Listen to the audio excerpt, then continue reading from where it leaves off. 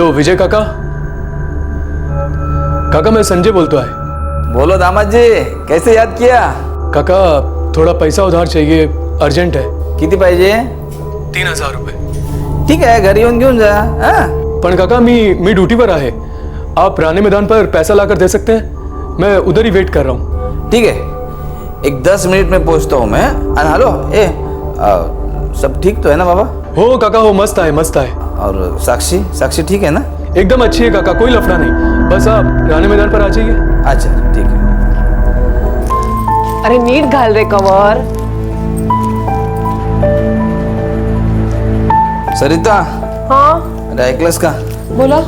जरा 3000 रुपये देना, वो साक्षी के पति को देने हैं. इतनी रात को? पता नहीं, कुछ अर्जेंट है बोल रहा था. विराज तू भी चल मेरे साथ, स्कूटर निकाल. ठीक है। 10 मिनट में राणे मैदान पहुंच रहा है, तो तैयार है ना साक्षी? हो.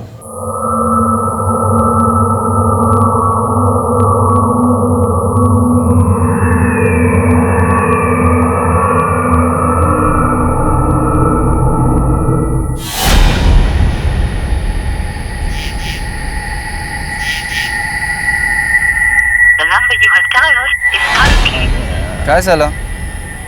और संजय का फोन स्विच ऑफ आ रहा है. तो एक काम कर विराज, मैदान के उस साइड में देख, उसकी टैक्सी खड़ी होगी. मैं इधर देखता हूँ. जी मौसम.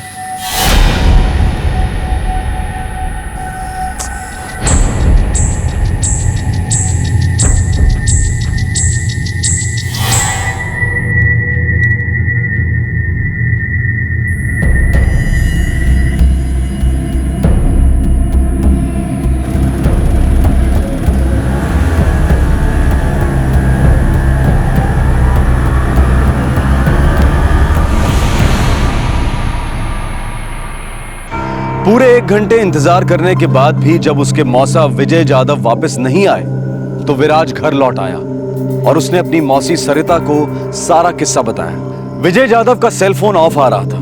यह बड़ी अजीब बात थी क्योंकि साक्षी विजय जाधव की सगी भतीजी थी और संजय उसका पति. संजय और साक्षी का सेलफोन भी ऑफ आ रहा था. रात भर इंतजार करने के बाद सरिता और विराज संजय के घर पहुंचे.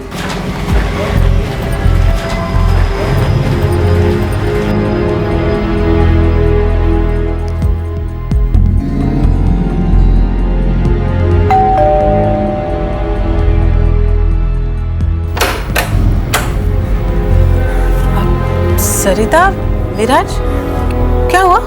साक्षी के काका यहाँ आए थे क्या? नहीं तो क्यों? साक्षी और संजय भाजी क्या है मौसी? मला नहीं माहिती.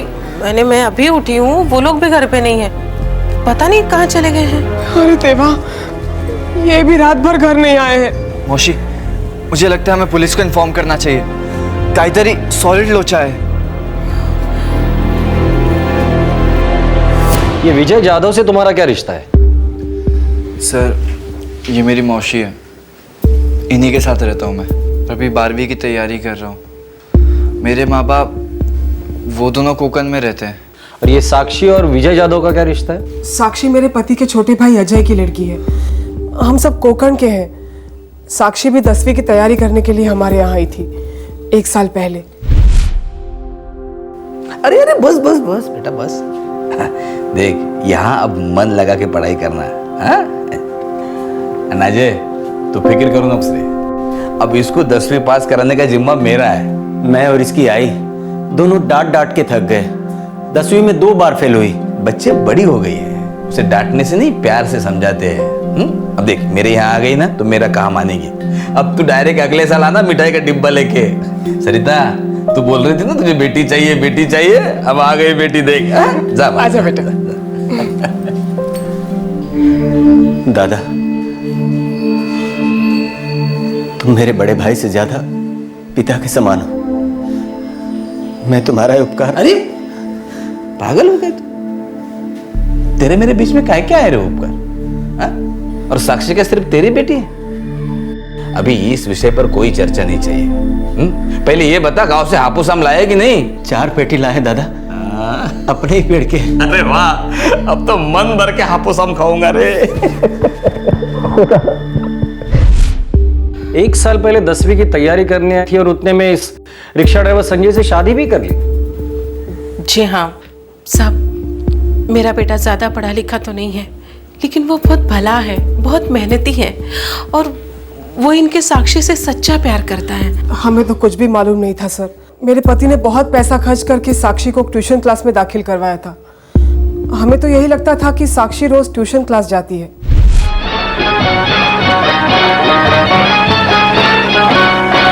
गोमुसंगतीन माझ्या तू येशील काय, गोमुसंगतीन माझ्या तू येशील काय, माझ्या फिरतेची राणी तू होशील काय, गोमुसंगतीन।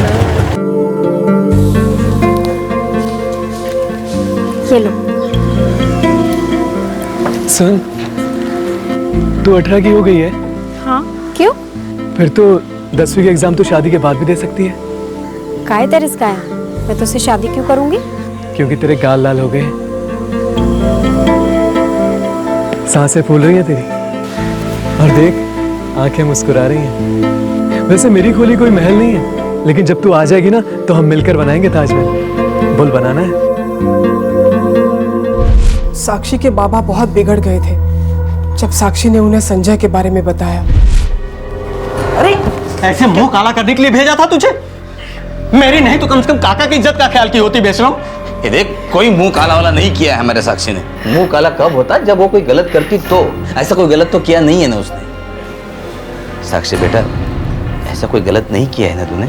काका हम सच्चा प्यार करते हैं और शादी करना चाहते हैं।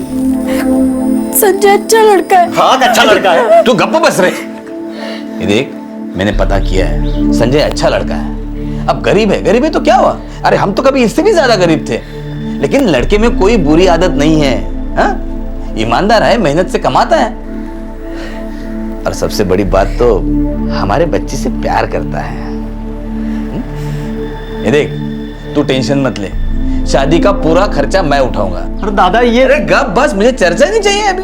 देख, अरे घर की इज्जत को इज्जत से विदा करते हैं, समाज में गर्दन झुकनी नहीं चाहिए हमारी। हाँ। शादी कब हुई थी? 1 महीने पहले, 1 जुलाई को।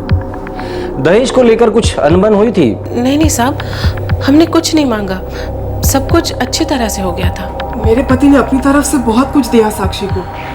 साक्षी की विदाई के बाद तो जैसे उनका दिल बैठ गया था। हर हफ्ते कुछ न कुछ लेकर जाते थे उसके लिए। अरे संधि जी आप। नमस्कार। नमस्कार नमस्कार। कधी आलात तुम्ही? ये क्या है, अभी कुछ साड़ियाँ लाया था साक्षी के लिए। वैसे आपके लिए भी साड़ी लाया हो। कशाला उगाच माझ्यासाठी? हाय, मैंने काका को बोला था कि मुझे साड़ी नहीं चाहिए, लेकिन काका सुनते ही नहीं। काका मला एक आई नको। बेटा, ये तुम्हारे पिता समान है, अगर वो तुम्हें प्यार से कुछ दे रहे हैं तो ले लो ना चुपचाप।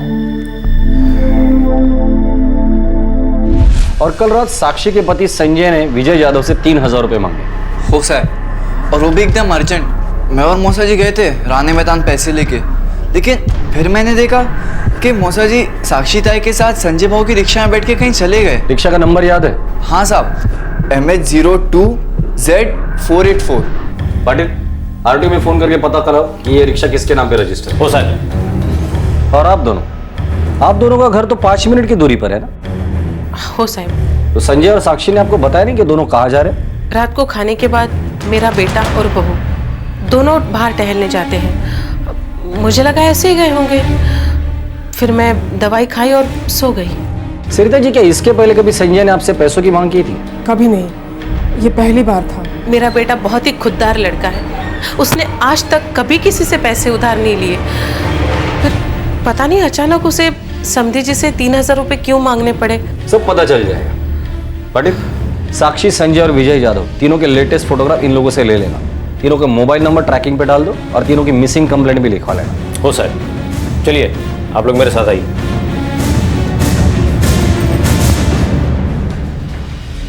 साहब, क्या लगता है आपको? कोई कुछ बोल नहीं रहा है। ये घरेलू मामले बड़े पेचीदे होते हैं, लोग खुलकर बात नहीं करते। पाटिल, हमें इनकी खामोशी को सुनना होगा। एक काका, उनकी हाल ही में ब्याही भतीजी और उस भतीजी का पति, तीनों गायब थे।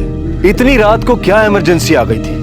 कई सवाल उठ रहे थे और तब डोंबिवली के एक दूसरे मैदान से खबर आई जिसने इस घरेलू मामले वाले केस को खून से सींच दिया।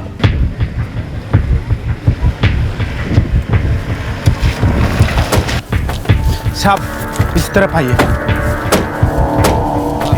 चल।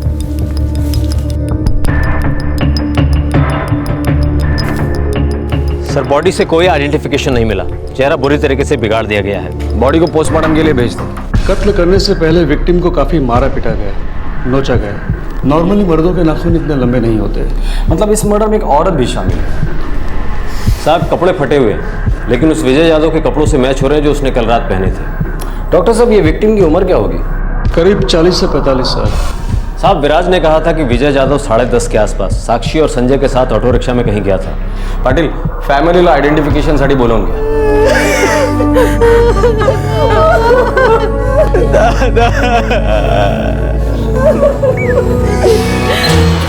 सर साक्षी और संजय के सेलफोन्स अभी भी ऑफ है और ये भी सुनने में आया कि संजय किसी धनी का ऑटो किराए पे चलाता था। नहीं साहब, शादी से पहले संजय ऑटो चलाता था। शादी के बाद वो ऑटो चलाना बंद कर दिया था और सुपर कूल टैक्सी सर्विस में नौकरी करने लगा था। तो फिर वो ऑटो किसका था जो विराज ने देखा था? सर आरटीओ से बात हुई है, आज शाम तक सारी डिटेल्स मिल जाएगी। ठीक है, इन्होंने जो मिसिंग की कंप्लेंट लिखाई उसको अपडेट कर देना। संजय और साक्षी के ऊपर किडनैपिंग, मर्डर और क्रिमिनल कॉन्स्पिरेसी का चार्ज लगा देना। हो साहब। साहब मेरी बेटी अपने खुद के काका का अपहरण और हत्या कैसे कर सकती? उसके लिए तो दादा ने वो किया था जो शायद मैं कभी नहीं कर पाता। ये बघा अजय जादव, बड़े बड़े जुर्म परिवार के अंदर ही होते हैं। लेकिन हमारे परिवार में तो ऐसी गड़बड़ नहीं थी साहब।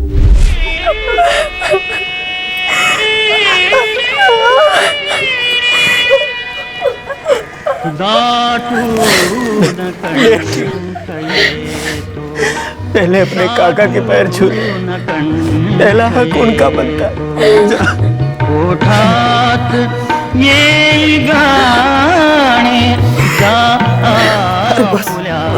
बस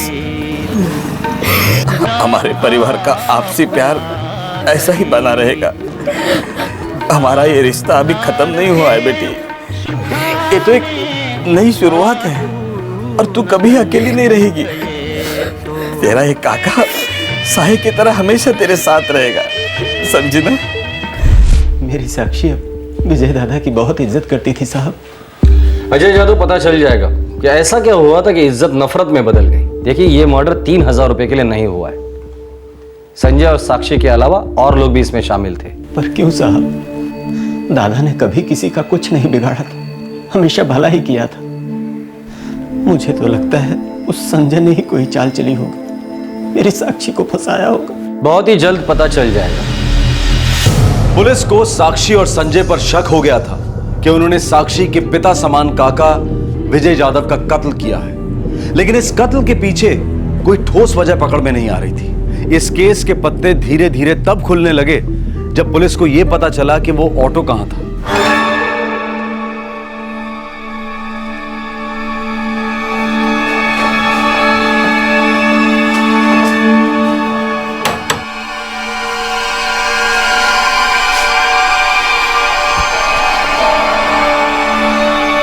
ऑटो रिक्शा का ड्राइवर यहीं रहता है? हाँ साहब, मुन्ना नाम है उसका। कुछ लफड़ा हुआ क्या? हम इसी मुन्ना को ढूंढ रहे हैं। पास के मैदान में हुए मर्डर केस में इसी ऑटो का इस्तेमाल किया गया था। तो मुन्ना अब गायब है। हाँ साहब, वाड़ी में तो सब लोग यही बातें कर रहे थे कि क्या बातें कर रहे थे? यही कि संजय और साक्षी के साथ साथ संजय के 3 दोस्त वो भी अभी तक घर नहीं लौटे। एक वो अभिषेक किराने वाले का लड़का, दूसरा वो जावेद मैकेनिक है, और तीसरा वो कॉलेज में पढ़ने वाला लड़का अजय। और ये ऑटो रिक्शा वाला मुन्ना? संजय और मुन्ना एक टाइम में 50-50 रिक्शा चलाया करते थे। मतलब एक शिफ्ट ये एक शिफ्ट वो। अब सिर्फ मुन्ना ही गाड़ी चलाता है। वो रहा मुन्ना। मंगेश सावंत, मुन्ना। ओ साहब। संजय कहाँ है मुन्ना? वो मुझे नहीं पता साहब। संजय कहाँ है? साहब बस सच बोल रहा हूँ साहब, मुझे कुछ नहीं मालूम है साहब। विजय यादव के किडनैपिंग में तेरा रिक्शा इस्तेमाल हुआ था जो संजय चला रहा था। सच सच बता दे, संजय कहाँ है वरना पूरी जिंदगी रिक्शा अप डाउन में चलाते बैठेगा। मुझे नहीं मालूम था कि संजय मेरा रिक्शा कहाँ लेकर गया था। जब से उसने ये लाइन छोड़ी तब से मैं उससे कभी नहीं मिला। परसों रात को वो अचानक मेरी खोली पे आया और उसके साथ में उसकी बीवी साक्षी भी थी साहब। अरे संजय, वही आओ अंदर आओ। अरे नहीं मुन्ना, फिर कभी आएंगे। मुझे तेरी रिक्शा चाहिए। क्या वापस ऑटो लाइन में आने का इरादा है? अरे नहीं रे, मैं अपनी टैक्सी चलाकर मस्त है, बस सिर्फ अभी के लिए चाहिए। तेरी वहिनी को सैर कराने लेकर जाना है ना? जरूर लेके जा। ये ले चाबी। चल मुन्ना, मिलता है। आराम से, कोई घाई नहीं है। सुबह तक भी गाड़ी लौटाएगा तो चलेगा। वैसे ही मुझे अब नींद आ रही है, मैं सोने जा रहा हूँ। चल चल चल चल।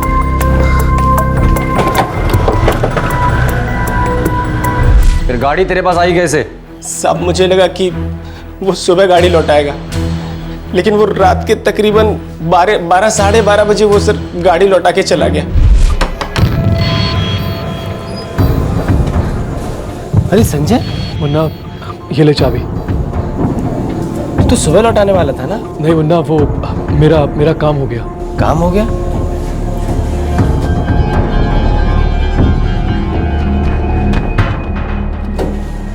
संजय, सब ठीक तो है ना? हाँ सब ठीक है। चल मैं निकलता है।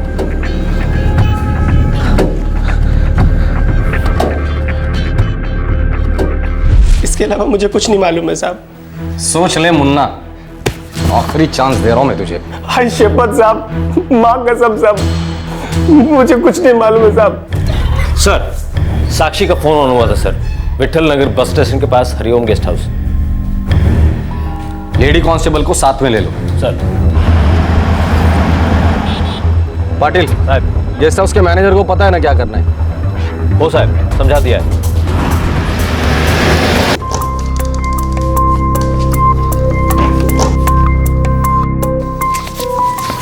अभिषेक, तेरा सातारा का टिकट, जावेद तेरा जालना का, और जय तू पुणे निकल रहा है यार। और ये कुछ थोड़े बहुत पैसे हैं, आपस में बांट लो तीनों। अरे यार रखना अपने पास पैसे, क्या है दोस्ती में ये सब। मेरे कारण तुम सब लोग फंस गए ना? बस क्या भाभी, राखी बांधी आपने हम तीनों को। हाँ जावेद, लेकिन हमारे प्लान में ये सब तो नहीं होना था। प्लानिंग में थोड़ा 19-20 होता है। विराज वहाँ नहीं आया होता तो हम लोग अपने अपने घरों में बैठे होते। जो काम करना था वो तो हो गया, बस अब जो होगा देखा जाएगा। संजय, अभी तुम दोनों का क्या प्लान है? मैंने जलंधर की टिकट निकाली है यार। उधर मेरा एक दोस्त है, टैक्सी चलाता है, तो बोला कि तू इधर आ जा, वो सब सेट कर देगा। चलो यार, ट्रेन का टाइम हो रहा है, निकलते हैं, फिर पता नहीं कब मिलेंगे।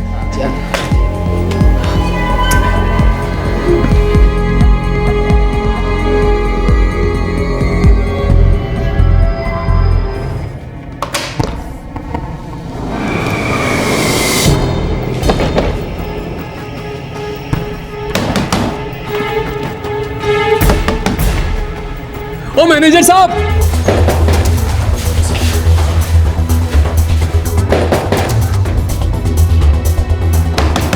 मैनेजर साहब, ओ मैनेजर साहब, अरे दरवाजा खोलो। दरवाजा क्या को बंद किया है? मैनेजर साहब,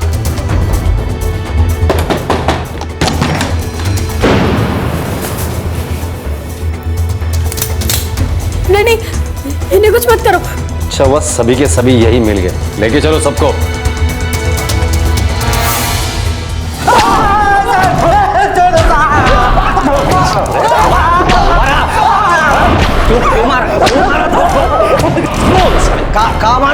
कहाँ मारला? ये लोग ऐसे नहीं मानेंगे। हाँ? पाटिल, लाल मिर्ची लेके आ। नहीं, मैं जानते, मैं सब कुछ बताती हूँ। उन्हें मत मारिए, और मत मारिए उन्हें। हाथ जोड़ती हूँ आपके, पाए पड़ते, जो भी कुछ हुआ सब मेरे कारण। उन्हें छोड़ दीजिए, उन्हें कुछ मत कीजिए।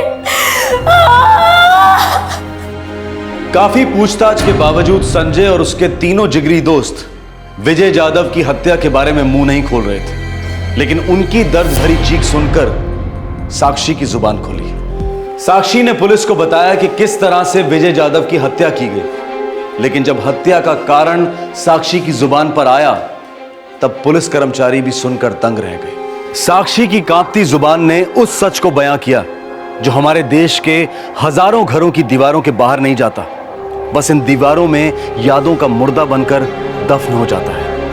साहब, मेरी संजय से सगाई हुई थी और शादी की डेट 1 जुलाई की फिक्स हुई थी। मैं बहुत खुश थी, बहुत खुश। अगर साक्षी, मैं मंदिर जा रही हूँ, तू भी चल। मुझे समझ नहीं आता, आप हर सोमवार को उपवास रखती हैं, मंदिर जाती हैं, ऐसा क्यों काकू? ताकि तेरे काका की लंबी उम्र और लंबी हो, उनकी तबीयत हमेशा ठीक रहे। तू भी क्या करना अपने संजय के लिए। अरे ना बाबा ना, पहले संजय से शादी तो होने दो। लेकिन हाँ, अगर आप काका के लिए उपवास रखने को बोलोगी तो मैं अभी शुरू हो जाती हूँ। नको नको, उपवास मत रखो काका के लिए, बस उनको टाइम से दवाई दे देना। बरका, बोलना नहीं। नहीं बोलूंगी काकू। चल ये तेमी।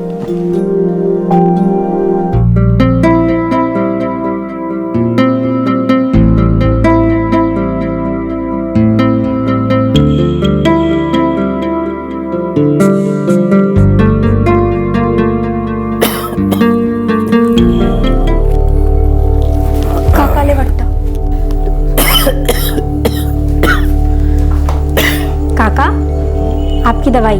अरे तूने क्यों तकलीफ की, मैं ले लेता। काकी मुझे कह के गई थी कि आपको टाइम पे दवाई दे दूं। विराज और राजू कहाँ गए? वही क्रिकेट का भूत ना? हो काका, वो दोनों तो कैप भी लगा के नहीं गए। ये लीजिए।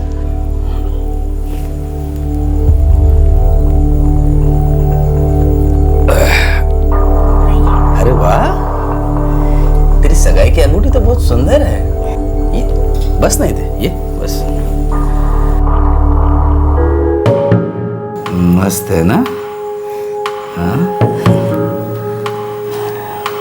मस्त है काका,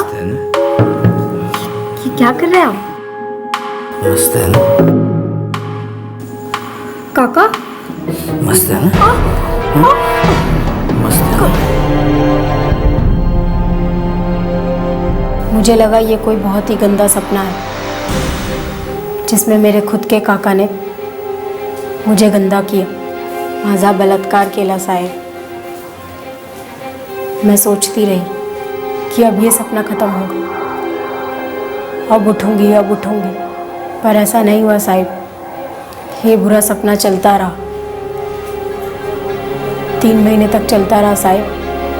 विजय ने अपने छोटे भाई अजय की बेटी साक्षी के साथ बलात्कार किया था।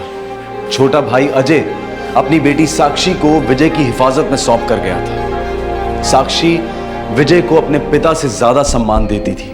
2 महीने बाद साक्षी की शादी होने वाली थी और इसी दौरान विजय जाधव ने अपनी विकृति का जहरीला फन उठाया। उस दिन से लेकर साक्षी की शादी से 2 रात पहले तक विजय जाधव ने अपनी भतीजी को बार बार डसा, उसे सुन और बेजुबान छोड़ दिया। साक्षी इस घिनौनी हरकत के बारे में किसी को कुछ नहीं बता पाई, बस इंतजार करती रही कि कब उसकी शादी हो जाए और उसे इस भयंकर दर्द से छुटकारा मिले, लेकिन नहीं। अरे बस बस बेटे बस, हमारे साथ तेरा ये रिश्ता अभी खत्म नहीं हुआ है। तेरा ये काका साए की तरह हमेशा तेरे साथ रहेगा।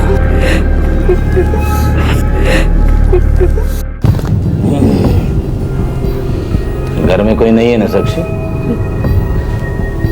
तो आजा फिर। काका, मुझे साड़ी नहीं चाहिए, मैं चाय लेके आती हूँ। इतना बोला तेरे को, आ मेरे पास। काका, मेरी शादी हो चुकी है। तेरी शादी अगर मैं करवा सकता हूँ तो तोड़वा भी सकता हूँ। तेरा इधर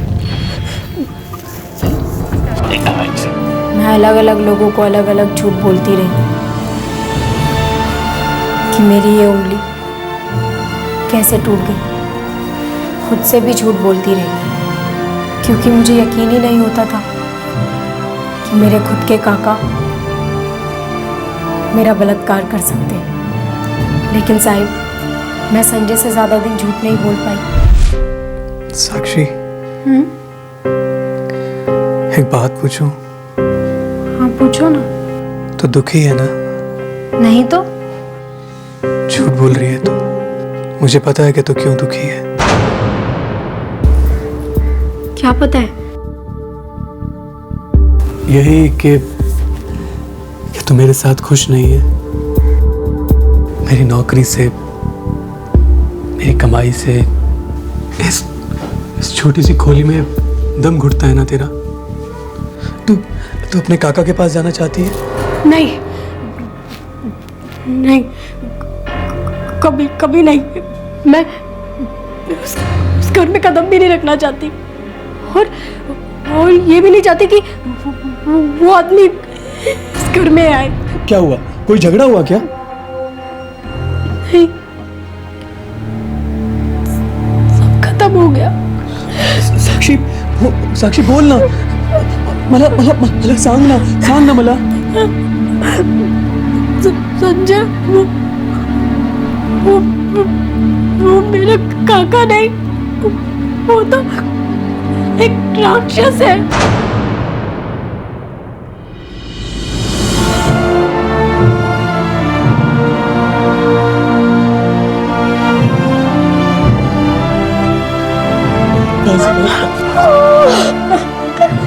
साक्षी बस। अब वो राक्षस तुझे कभी नहीं छुएगा।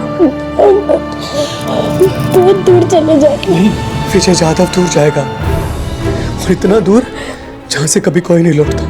नहीं नहीं, तू फिक्र मत कर साक्षी, कुछ नहीं होगा, मैं सब संभाल लूंगा। साहब, साक्षी मेरे तीनों दोस्तों को राखी बांधती है। जब मैंने इन तीनों को वो बात बताई तो इन तीनों ने कसम खा ली कि विजय जादव को तो मारना ही मारना है।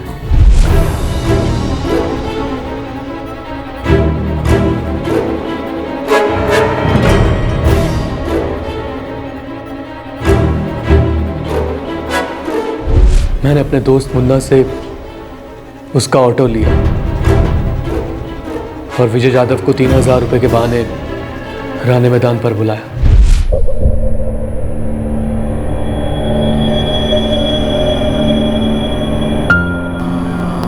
बस।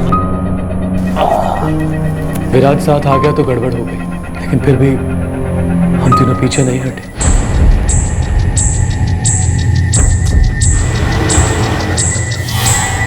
संजय, अरे क्या रे, कितना टाइम लगा दिया है? हाँ? अरे क्या तो फिर से रिक्शा चलाना चालू कर दिया?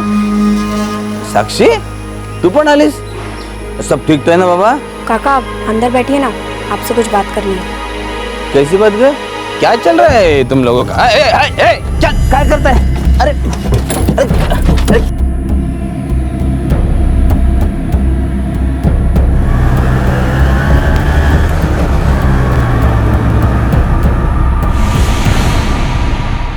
जय और जावेद हमें अनुपम नगरी मैदान पर मिले और हम चारों ने मिलकर हम पांचों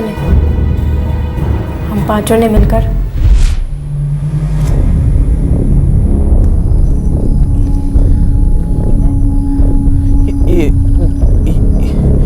ये सब क्या हो रहा है? साक्षी, तो बता इन लोगों को। नहीं काका, आप ही बोलिए।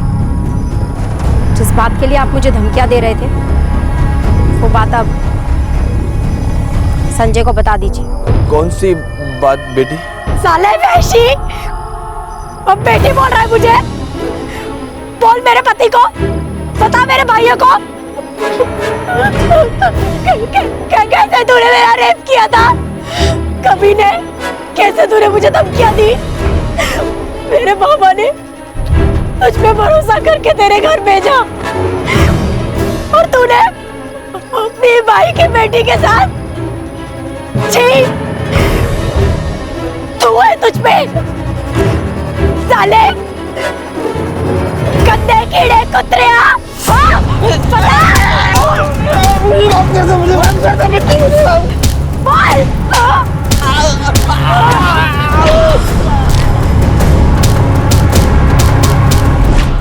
देखो साक्षी, विजय जादव को तो सजाए मौत मिलनी ही चाहिए थी, पर तुम लोगों के हाथों से नहीं, कानून के हाथों से।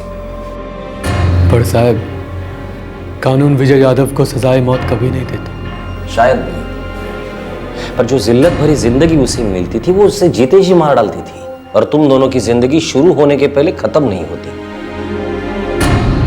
दुर्भाग्यवश जो सजा विजय जाधव को मिलनी चाहिए थी, कानून अब तुम्हें देगा।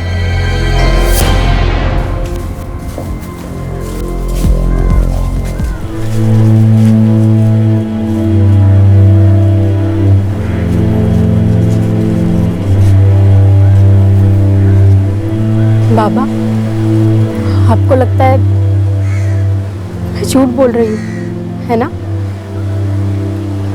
काका तो आपके लिए दूध के धुले थे। आप सोच रहे होंगे कि मुझ में ही कोई खोट है ना बाबा?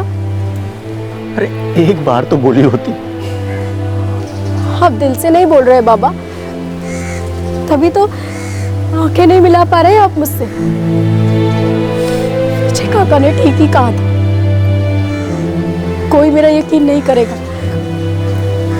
बोल के कोई फायदा ही नहीं। चला चला।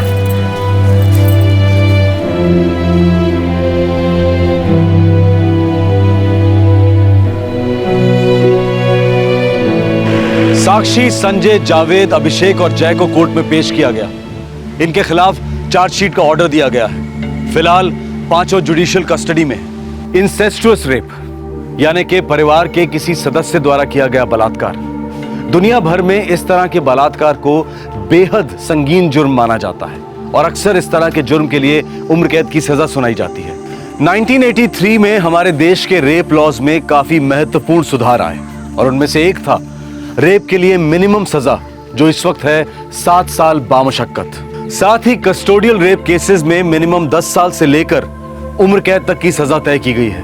कस्टोडियल रेप वो होता है जहां अपराधी अपनी पोजीशन का फायदा उठाता है, जैसे पुलिस ऑफिसर, जेल का वार्डन, हॉस्पिटल स्टाफ, सरकारी ऑफिसर वगैरह वगैरह। बच्चे माँ बाप की कस्टडी में होते हैं तो कॉमन सेंस की बात है कि पिता या पिता समान रिश्तेदार जो गृहस्थी का कर्ता धरता है, फैमिली का हेड, यदि ऐसा शख्स अपनी कस्टडी में किसी बालिग या नाबालिग बच्चे का यौन शोषण करता है तो वो सीधे सीधे कस्टोडियल रेप के दायरे में आना चाहिए। कानूनी परिभाषाओं में सुधार लाए जा सकते हैं, सजा और सख्त की जा सकती है, लेकिन इंसेस्ट और इंसेस्टुअस रेप को लेकर एक और महत्वपूर्ण पहलू है और वो है सामाजिक डिनायल। हमारा समाज इंसेस्ट के बारे में, परिवार के सदस्यों के बीच लैंगिक संबंधों के बारे में बात करने से भी कतराता है। हम इस तरह से पेश आते हैं जैसे ऐसा कुछ होता ही नहीं है, और अगर होता भी है तो विदेशी मुल्कों में होता होगा। हमारे यहां तो यह असंभव है। इससे बड़ा झूठ नहीं हो सकता, क्योंकि ऑफिशियल और अनऑफिशियल आंकड़े ये बताते हैं कि हमारा देश इंसेस्ट और इंसेस्टुअस रेप दोनों में टॉप करता है। हमारे आज के एपिसोड की दूसरी कहानी।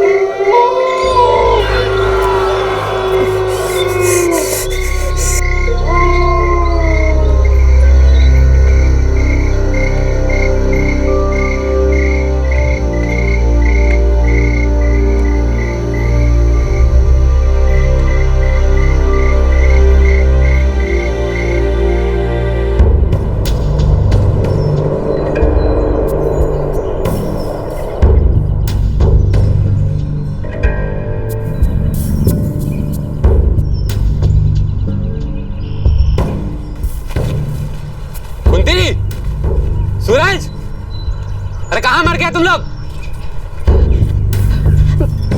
प्रणाम। प्रणाम? अरे नमक डाल प्रणाम प्रणाम पे। केसरी कहाँ है? आई क्यों नहीं अभी तक? पता नहीं महेंद्र बाबू, 2 दिन से देखा नहीं है। परसों निकली थी यहाँ से, अभी तक आई नहीं। तुम लोगों ने उसे भगा दिया? हाँ? नहीं नहीं, हम ऐसा सोचने की हिम्मत भी नहीं कर सकते। देखो महीना हम सबके मालिक हैं, पर अभी बहुत गुस्से में हैं। अगर केसरी नहीं मिली ना तो कुछ भी हो सकता है। बाबू हमें देखिए ना, तो वहीं के वहीं घसीट कर भाईना के कदमों में डाल देंगे। इससे तो अच्छा है कि लड़की मर जाए, बस हमें वो दिन देखना ना पड़े।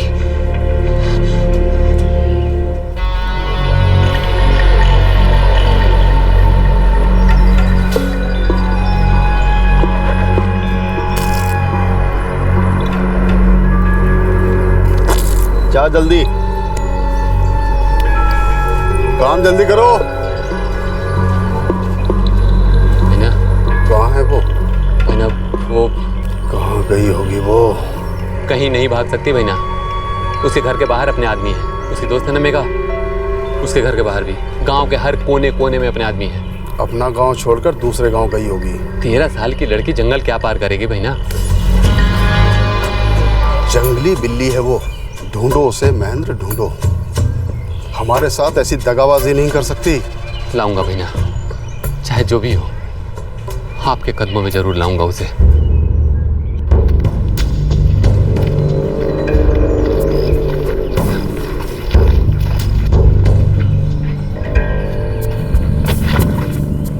महेंद्र बाबू, इससे आगे नहीं जा सकते हम। जंगल बहुत घना है और यहाँ बड़े बड़े जानवर हैं। साले जानवर और जंगल के डर से तुम लोगों की लंगोट गीली हो रही है। फिर वो पिद्दी सी लड़की जंगल में अकेले कैसे गुजारा कर रही होगी। ध्यान रखो इधर उधर, वो बाहर जरूर आएगी। और आते ही धर दबोचो, सीधा भैना के सामने हाजिर करो, क्योंकि जब तक लड़की नहीं मिलेगी ना, भैना शांत नहीं बैठेंगे।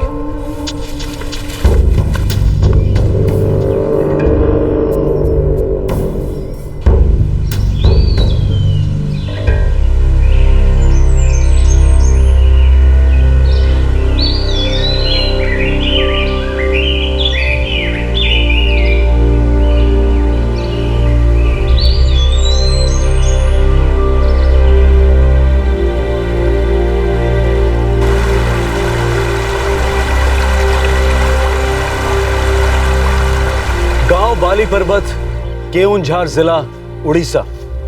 इन घने जंगलों में 13 साल की एक बच्ची केसरी छुपी हुई थी। इस गांव का जमींदार हाथ धोकर उसे ढूंढ रहा था।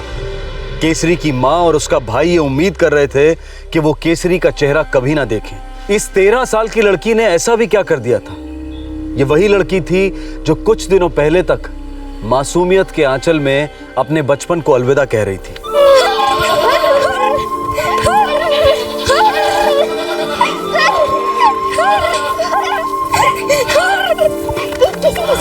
चल मेरे घर जाके खेलते हैं। ना रे, माँ की मदद करनी है, खेत पे जाना है। कल खेलते हैं ना, पक्का।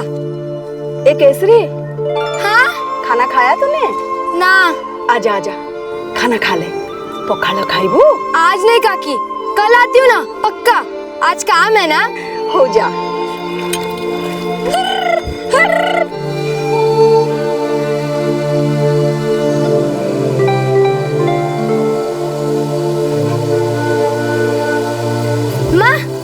काट देती हूँ। आज फिर देर हो गई तुझे? हाँ? तू और वो मेघा बकरी चराने भेजो तो खुद खेलने लग जाती है, और फिर समय का कोई ठिकाना ही नहीं। घर, माँ, काम सब भूल जाती है। गलती होगी माँ, फिर ऐसा नहीं होगा।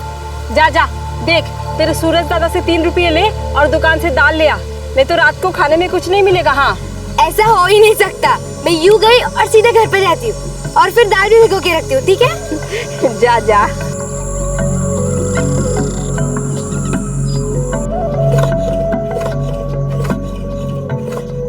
भाई 3 रुपए देना ना, माँ ने दाल लाने के लिए कहा है।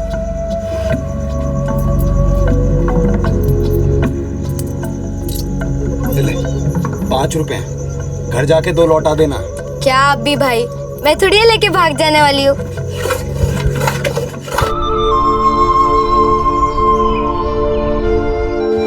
काका 3 रुपए का दाल देना ना।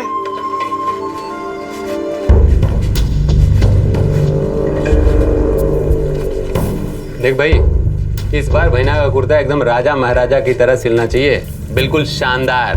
आप बिल्कुल फिक्र मत करिए महेंद्र बाबू, पिछली बार भाईना ने जो मेले में कुर्ता पहना था उससे 100 गुना ज्यादा बेहतर इस बार होगा। मीठी बात मत कर, परसों मेला है, तब तक सिल जाएगा कुर्ता।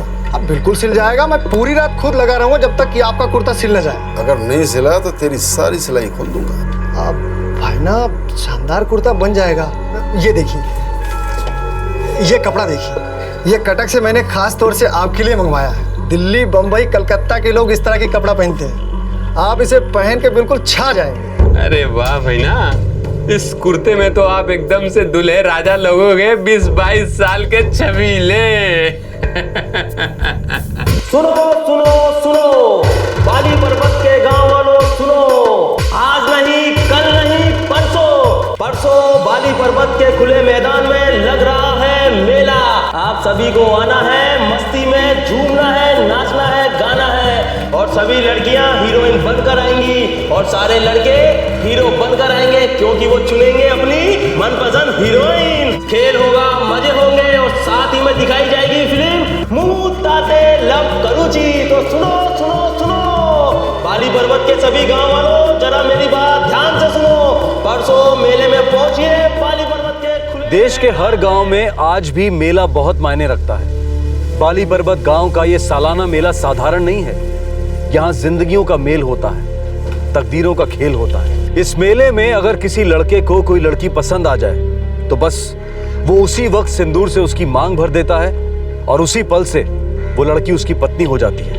इस इलाके की हर लड़की को आभास होता है कि वो कभी ना कभी किसी ना किसी मेले में अचानक किसी पुरुष की पत्नी बन सकती है। लड़की की मर्जी कोई मायने नहीं रखती।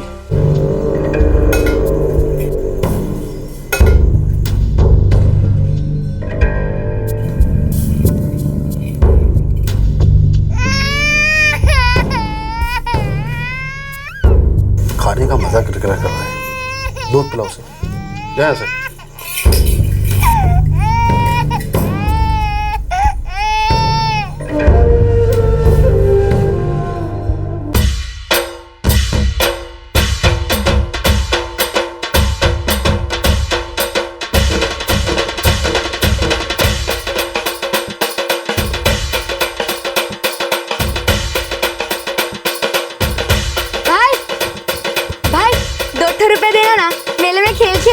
₹2 पागल हो गई, 8 आना ले।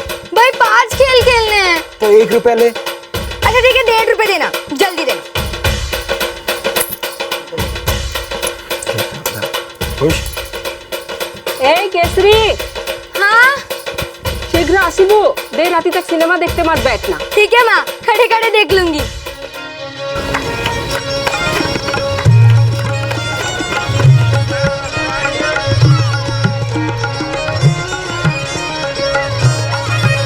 रजा बाबुल गाछी रे, हिला डुला नाचे रे, झुमका जबर फूल रंगा रंगा, हा हा हा, झुमका जबर फूल रंगा रंगा, हा हा हा। रजा बाबुल गाछी रे, हिला डुला नाचे रे, झुमका जबर फूल रंगा रंगा, हा हा हा, झुमका जबर फूल रंगा रंगा, हा हा हा। राजा बाबू शायो रे, मीठा मीठा पानी रे, मीठा मीठा पानी, अचला बोरे खाया भर, कुलसा बोरे आनी रे, कुलसा बोरे आनी। झुमका जबर फूल रंगा रंगा, हा हा हा, झुमका जबर फूल रंगा रंगा, हा हा।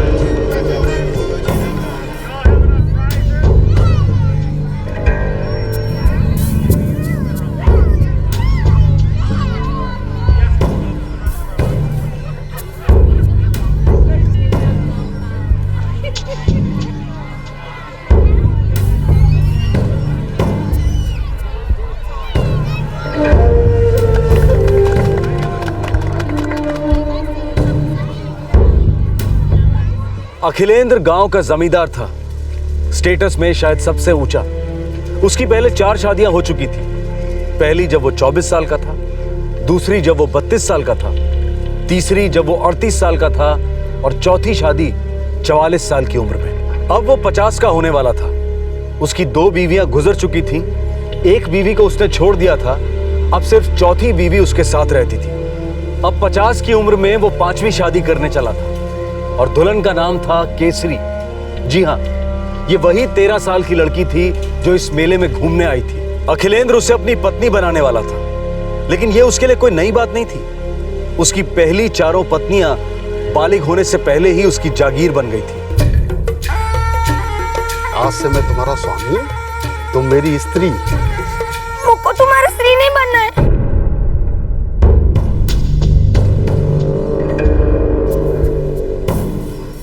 क्या बकवास बोल रही तू? मैंने तुझे चुना है, आज से तू मेरी है। मांग में सिंदूर भरा है मैंने। तुम तो बुढ़े हो, तुम्हारे सर पे तो बाल भी नहीं है। मैं तुम्हारी स्त्री नहीं बनूंगी, कभी नहीं बनूंगी। केसरी,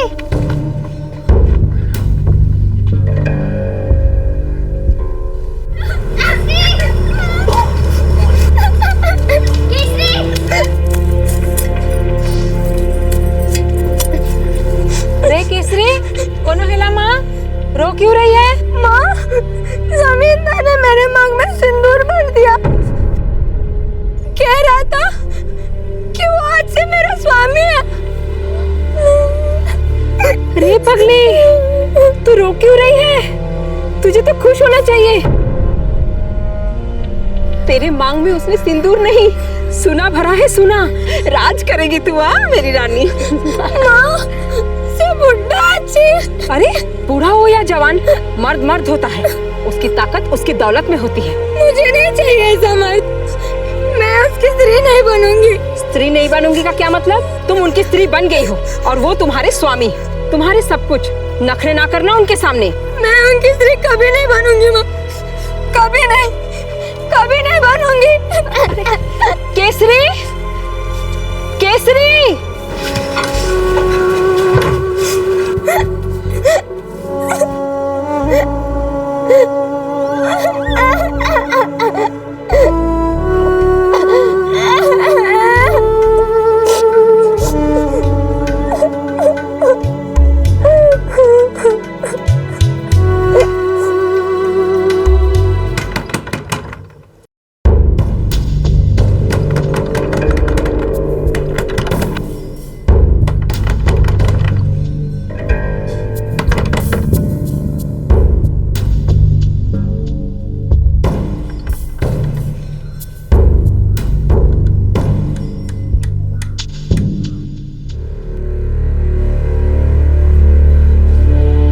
ऐसे ही होता है केसरी। लेकिन इतना बुढ़ा स्वामी मुझे नहीं चाहिए। अरे केसरी, जमींदारों की उम्र नहीं होती। गंजा जमींदार। गंजा हुआ तो क्या हुआ? तुझे जिंदगी भर 2 वक्त खाना तो मिलेगा ना। उसके जिंदगी का क्या माँ? वो तो ऐसा लगता है कभी भी मरेगा, पर फिर मेरा क्या होगा? दूंगी 2 चमाट। अपने स्वामी के बारे में ऐसी बातें नहीं निकालते। वो मेरा स्वामी नहीं है। अरे मांग भरी जा चुकी है तेरी, स्वामी है वो तेरा। थोड़ी सी होशियारी की हम सबकी खाल उतरेगी। गांव निकाला करा देगा हमारा वो। और वैसे भी अब तुझे दूसरा मर्द नहीं मिलने वाला। शादीशुदा औरत है तू। नहीं चाहिए मुझे कोई दूसरा स्वामी। घर बैठूंगी मैं। और खाएगी क्या घर बैठ के तू? है? मैं तेरी जिंदगी भर की जिम्मेदारी नहीं ले सकता। कल ही तुझे अपने घर वापस जाना पड़ेगा। और जितनी जल्दी तू ये बात समझ लेना, उतना ही हम सबके लिए अच्छा है। उस जमींदार का घर ही अब तेरा घर है।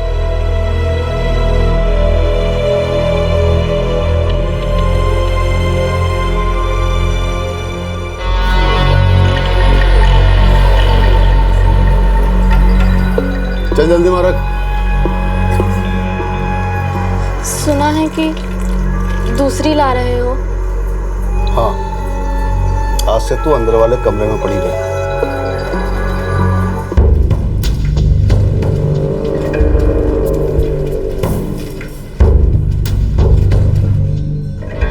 सरकार, वो मान जाएगी। थोड़ा सा घबरा गई है। हम जुबान देते हैं, उसे आपके घर पहुंचा देंगे। मैं चाहूं तो केसरी को जबरदस्ती लेके जा सकता हूं, पर मैं ऐसा करूंगा नहीं। मैं चाहता हूँ प्यार से, तरीके से वो मेरे घर आ जाए। और वैसे भी वो मेले में मेरा मुंह काला कर चुकी है। बात सिर्फ मेरी नहीं, उसने गांव की पुरानी परंपरा को तोड़ा है। माफी नहीं मिलेगी। नहीं चाहिए मुझे माफी। नहीं करनी है शादी। मैं आपके साथ नहीं जाऊंगी। ऐसे बात करते हैं स्वामी से? शाम तक देखूंगा। अगर ये नहीं आई तो गांव की पंचायत बुलाकर तुम लोगों का बहिष्कार करवाऊंगा। चल महेंद्र।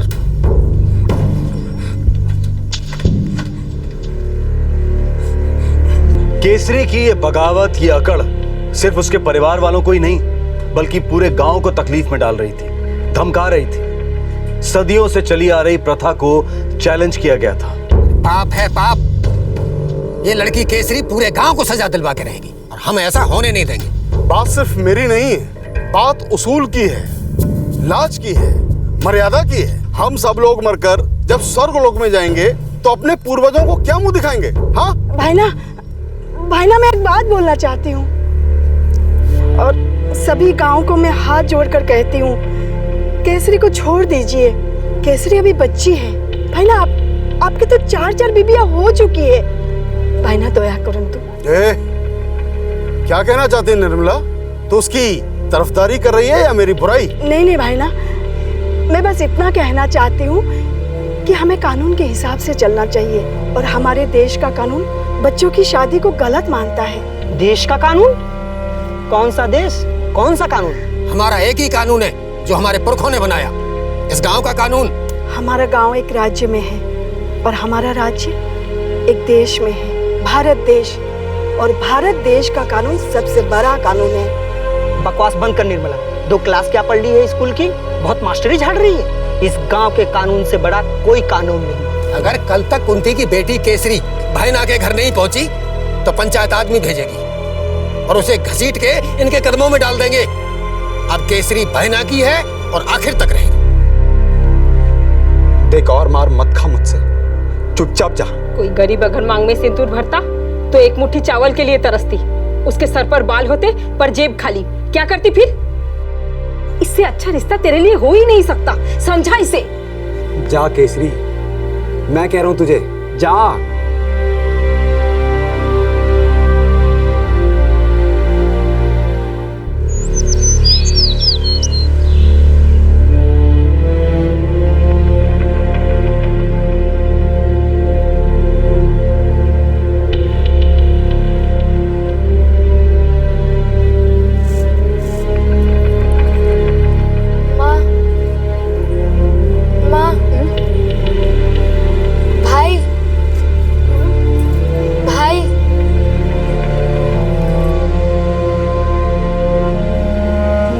जा रही हूँ। जगन्नाथ ने तुझे सही रास्ता दिखाया है बेटी, तुझे अकल दी। हाँ? हमें बुला दे कि कोई दुख नहीं है और तेरी जिंदगी की हर एक सांस उस जमींदार के हाथ में है। तू उसे खुश रखेगी, तू खुश रहेगी।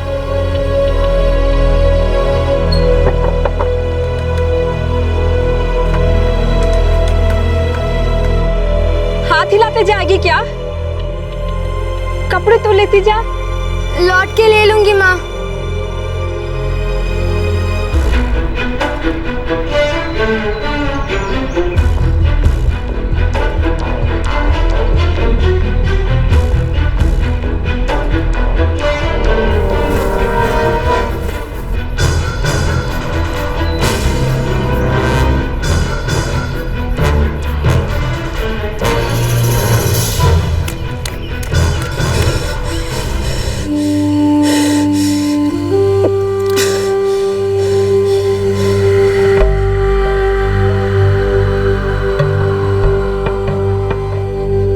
जंगल में पहला दिन केसरी के लिए बहुत ही मुश्किल रहा। 13 साल की ये बच्ची घने जंगलों में अकेली थकान की चादर ओढ़कर सो गई।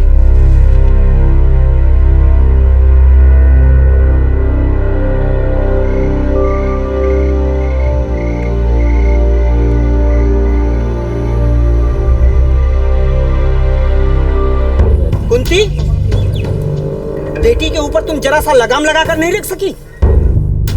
पूरे गांव के मुंह पर गोबर मल के गई है। ये सब लोग मिले हुए हैं, इनको गांव से बाहर निकालना होगा। भाई ना आपके सामने पीटा था। आपको तो पता है हम परंपरा में कितना विश्वास करते हैं। अब लड़की पागल है तो उसकी सजा भाई और माँ को क्यों? क्योंकि उसे पकड़वाने में तुम लोग मदद नहीं कर रहे हो। कहाँ है केसरी? मर गई होगी, जंगली जानवर खा गया होगा। श्राप है उसे, माँ का श्राप। मर जाए ऐसी बेटी जो घर का नाम खराब करे। वो आज से हमारी बेटी है ही नहीं, तो फिर उसके पापों की सजा हमें क्यों? हाथ जोड़ती हूँ, पैर पड़ती हूँ, दया करी भाई ना, दया करी। मुझे लगता है हमें इंतजार करना चाहिए। अगर 2 दिन में लौटती है तो ठीक, नहीं तो उसे मरा हुआ घोषित कर देंगे।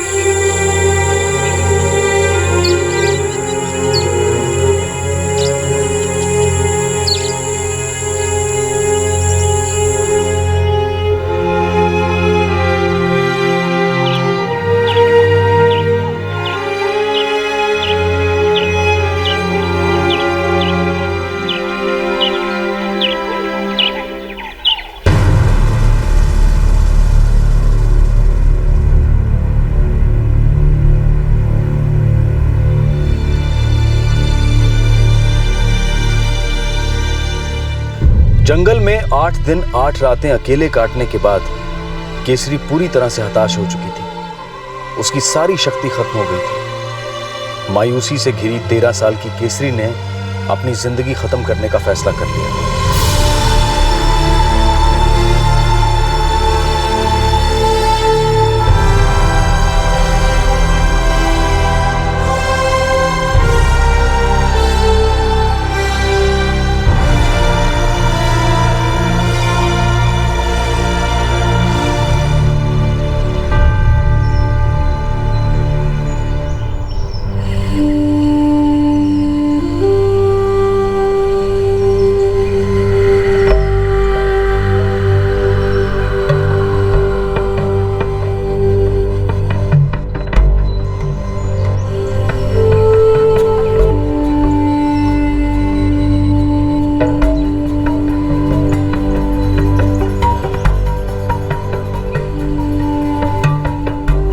जंगल में 9 दिन 9 जन्मों की तरह साबित हुए। मानो 9 किश्तों में डर, मायूसी, थकान, बेबसी ये सभी खत्म हो गए। केसरी के अंदर अब एक नया जोश आ गया था, जो मानो मां प्रकृति ने उसे वरदान स्वरूप दे दिया था।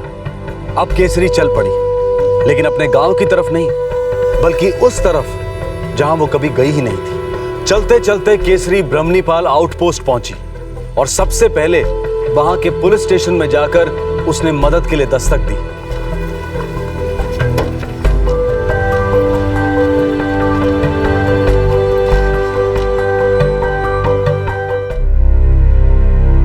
नौ दिनों 9 रातें तो मैं जंगल में अकेले। हाँ, आप मेरी मदद करेंगे ना?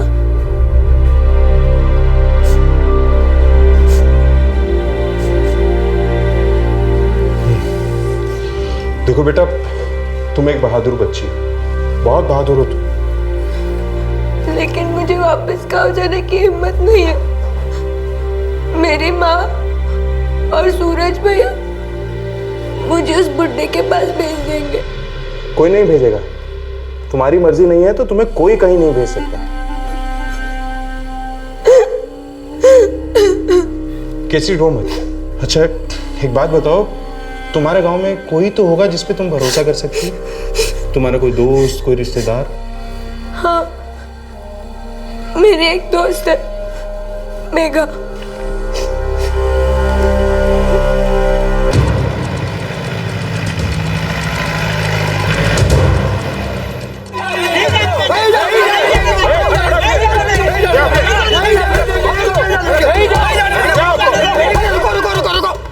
इंस्पेक्टर साहब, ये गांव का आपस का मामला है। अगर आप बीच में पड़े तो खून खराबा होगा। देखते हैं कौन आगे आता है खून खराबा करने। और किसने कहा है कि चोरी डकैती नहीं हुई? इस आदमी ने और तुम सब ने मिलकर भारत के संविधान को लूटा है और तुम सब लोग एक मासूम की जिंदगी बर्बाद कर रहे थे। ये किसी हत्या से कम नहीं है, समझे? और तुम तो बहुत अमीर सेठ हो ना। एक आईना नहीं है तुम्हारे पास? कभी शक्ल देखिए अपनी। चिता पर जलने के लिए शरीर तैयार है, जवानी की एक बूंद नहीं बची है और एक बच्ची को औरत बनाने चले थे।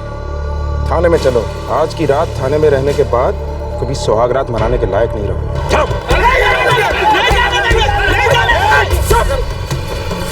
चलो अपने अपने घर रहने दो ना सर। चलो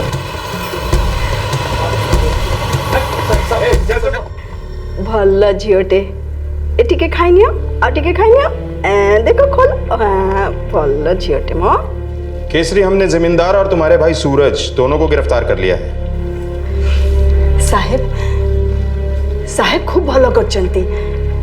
फिर भी साहेब मु कहीं भी केसरी को गांव वापस ले जाना बहुत मुश्किल होगा, काहे कि ना गांव वाले बहुत गुस्से में हैं, कुछ भी कर सकते हैं बच्ची के साथ। मैंने कटक की एक संस्था से बात की, वो लोग बच्चों की देखभाल करते हैं। केसरी, अब वो तुम्हें भी अपने साथ ही रखेंगे। लेकिन काका, मैं कटक क्यों जाऊंगी? मुझे तो अपने गांव में रहना है ना। वहाँ पे माँ है, मेघा है, खेत है, सब कुछ है। बेटा, वहाँ सब कुछ है, बस एक चीज नहीं है, सुरक्षा। तुम्हारी सुरक्षा। कभी भी कोई सरफिरा कुछ भी कर सकता है। ये संस्था वाले तुम्हारी अच्छी देखभाल करेंगे, तुम्हें अच्छी जिंदगी देंगे।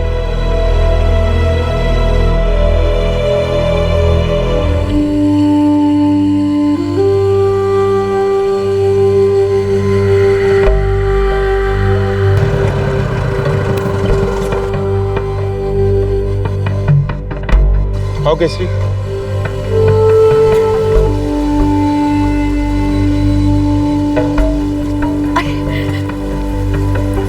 नमस्कार। नमस्कार, मैं शालिनी। मुझसे ही आपकी बात हुई थी फोन पर। ये है केसरी, मैंने इसके बारे में ही आपसे बात की थी। आओ।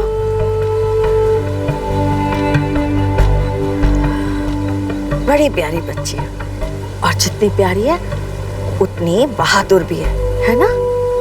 केसरी,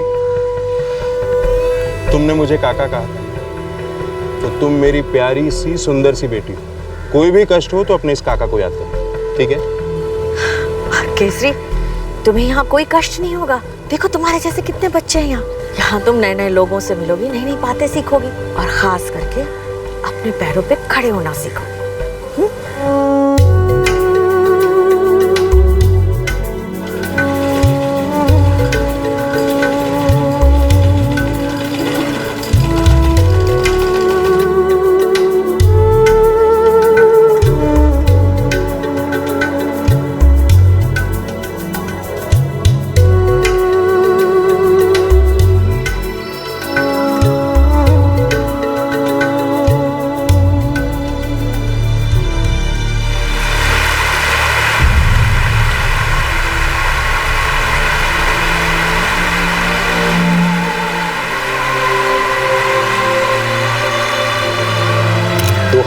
में भारत के राष्ट्रपति ने केसरी को नेशनल ब्रेवरी अवार्ड से सम्मानित किया।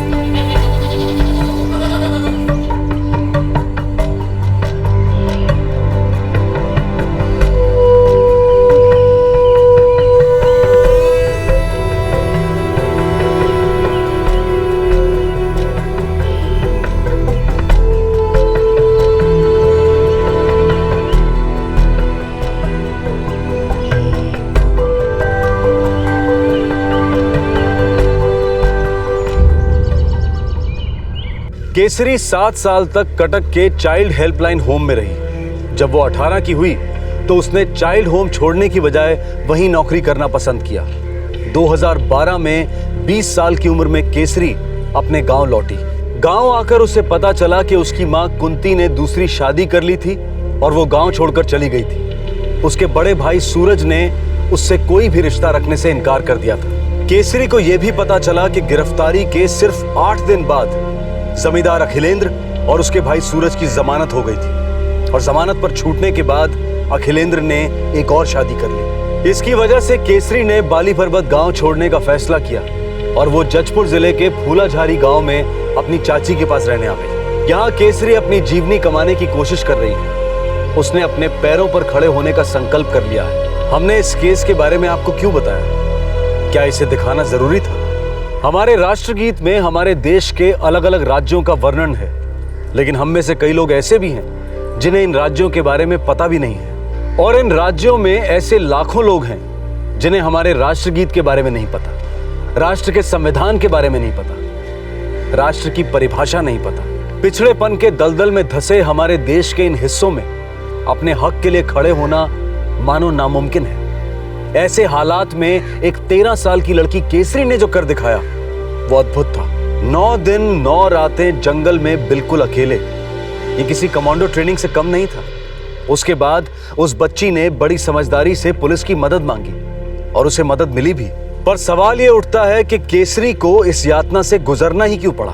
पुलिस और प्रशासन तब क्या कर रहे थे जब खुलेआम गांव के मैदान में बच्चियों की मांग में सिंदूर भरकर उन्हें इंस्टेंट कॉफी की तरह इंस्टेंट पत्नियां बनाया जा रहा था। और ये घिनौनी हरकत कई सालों से चली आ रही है। आधुनिक भारत में लोग हर 6 महीने में अपना मोबाइल फोन बदलते हैं, कंप्यूटर बदलते हैं, लेकिन पिछड़े हुए भारत में सदियों से कुछ नहीं बदलता। न लोग, न सोच, न जिंदगी। आखिर ऐसा क्यों है? गांव और कम्युनिटीज के लेवल पर गैर संवैधानिक फैसलों और फतवों के खिलाफ जाने से सरकारें आखिर इतना हिचकिचाती क्यों हैं? वोट बैंक पॉलिटिक्स शायद सरकारें बचाती है पर देश को जरूर डुबाती है।